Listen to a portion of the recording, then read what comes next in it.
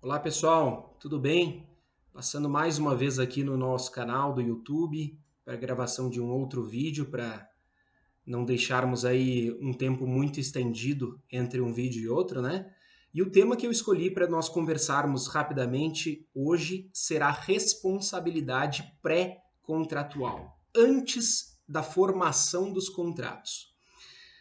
Pessoal, olha só. Você sabe que aquela ideia de responsabilidade, de responsabilização, é uma ideia que é uma, digamos, uma sanção, uma consequência jurídica, uma punição patrimonial pelo descumprimento de uma obrigação. Se o descumprimento for de uma obrigação legal prevista na lei, aí estaremos diante do ato ilícito, lá do artigo 186 do Código Civil.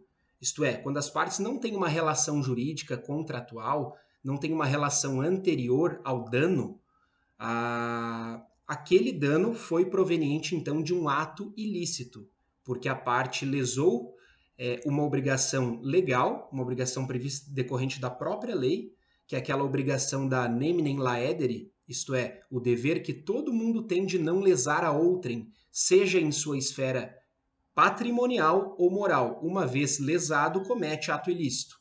Então, quando as partes, agente causador do dano e vítima, não têm uma relação anterior e há um dano, então a gente fala que houve ato ilícito do artigo 186.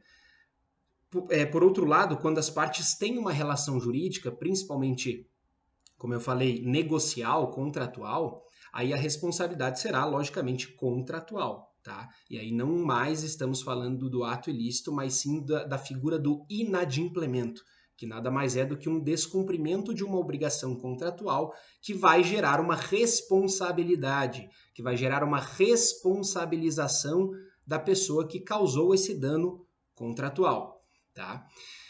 Olha só, muito embora a ideia de responsabilidade contratual esteja ligada com inadimplemento, com descumprimento da obrigação contratual de dar, fazer ou não fazer, digamos num contrato de compra e venda, o comprador ele tem a obrigação de pagar certo preço em dinheiro, o vendedor de entregar o domínio fático e jurídico do bem. Caso o comprador não pague esse preço ajustado, ele incorrerá em inadimplemento. E aí surgirá a figura da responsabilidade contratual. Nessa ocasião, que é justamente 90% dos casos da responsabilidade contratual, já há um contrato firmado que está surtindo, gerando efeitos jurídicos, ok? Porém, existe responsabilidade antes mesmo da formação dos contratos. Então, antes mesmo da pessoa falar assim, e aí, você aceita contratar comigo? Aceito. Então, há uma proposta e uma aceitação. Antes mesmo dessa fase, pode haver uma consequência, uma sanção, uma punição, caso uma das partes, né, a gente não pode nem falar de contratantes, porque ainda não há contrato em si, então dos negociantes, digamos assim, os negociantes podem ser responsabilizados. Essa que é a ideia. Responsabilizados antes mesmo da formação dos contratos, tá? Antes mesmo da proposta e da aceitação. E por que que isso ocorre, pessoal? Porque na fase anterior à formação dos contratos, as partes ainda estão decidindo se vão contratar, decidindo sobre o conteúdo do contrato, decidindo sobre as características, digamos, do preço de negócio, a forma de pagamento, quais são as datas que devem realizar o pagamento.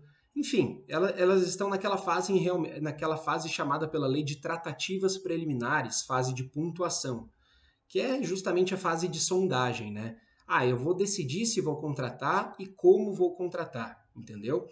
Nessa fase pré-contratual, ambos os negociantes devem agir de uma forma honesta, íntegra, proba, com informação e com a transparência adequada, que são os chamados deveres anexos ou laterais ligados ao princípio da boa-fé objetiva.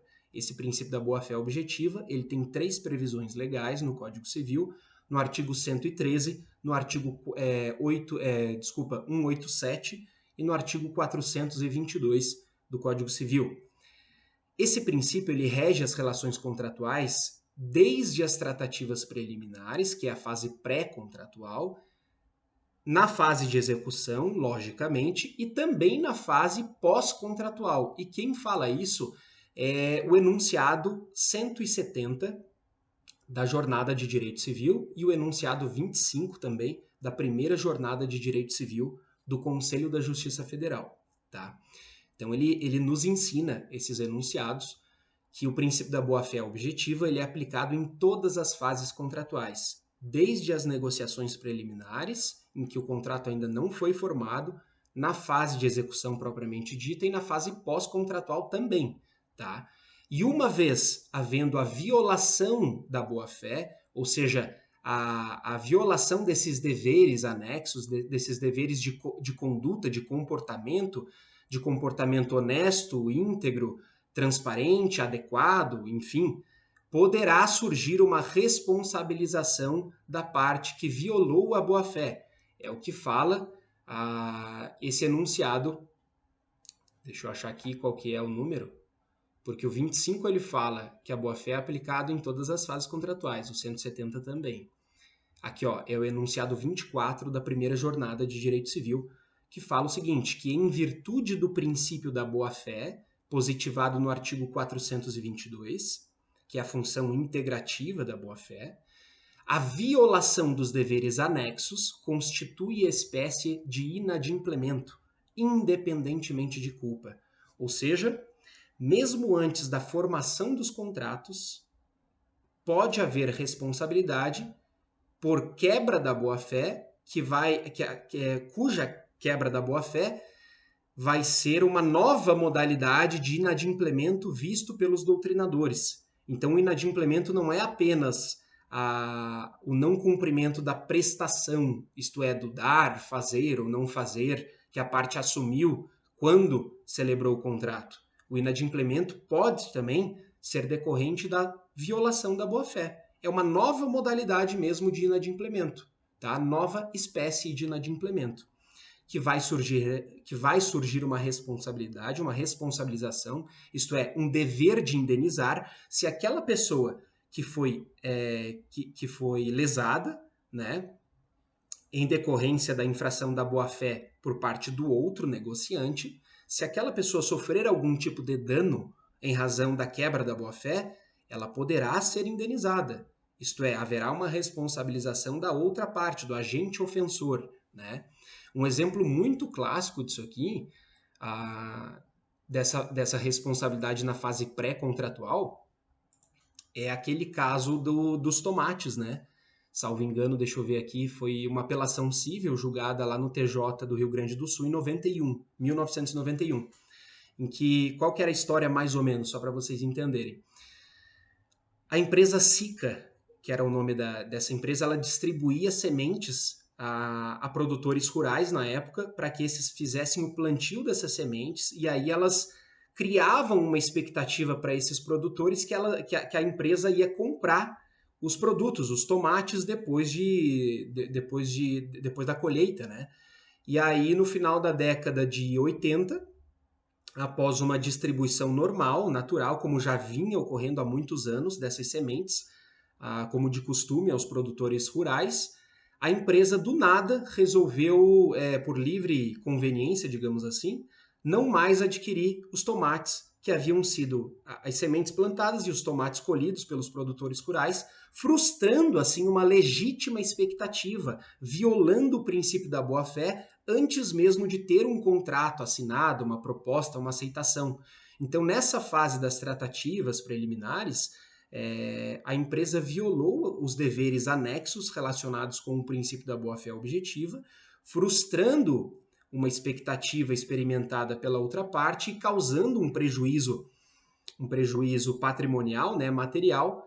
E aí os produtores entraram com uma ação de perdas e danos e os desembargadores reconheceram que nessa ocasião poderia ser aplicada, então, a tese de responsabilidade contratual antes mesmo da formação e de ter um contrato assinado por ambas as partes, em razão da violação da boa-fé, cuja expectativa dos produtores de vender o tomate, como de costume, foi frustrada indevidamente, isto é, culposamente pela empresa SICA, né? E aí houve sim uma condenação em perdas e danos, tá? Então pensa, pessoal, resumindo, a responsabilidade pré-contratual, ela sempre vai estar ligada à ideia da boa-fé objetiva, que foi violada, a boa-fé violada, causando um prejuízo material a um dos negociantes. E aí ele pode pleitear perdas e danos, pleitear a indenização ao judiciário em razão dessa violação da boa-fé, tá bom? Então, essa aí é um resumo para vocês verem como o princípio da boa-fé ele é importante em todas as áreas do direito civil, não só para os contratos, mas no contrato ele tem um fator jurídico, digamos assim, um peso jurídico muito maior, porque mesmo não havendo previsão legal no Código Civil da figura, digamos, de um inadimplemento antes da formação dos contratos, em razão da boa-fé, há uma concordância entre os doutrinadores e a própria jurisprudência, que se tornou majoritária, de que a quebra da boa-fé na fase pré-contratual pode desencadear a figura da indenização, né, da reparação civil em perdas e danos. Tá?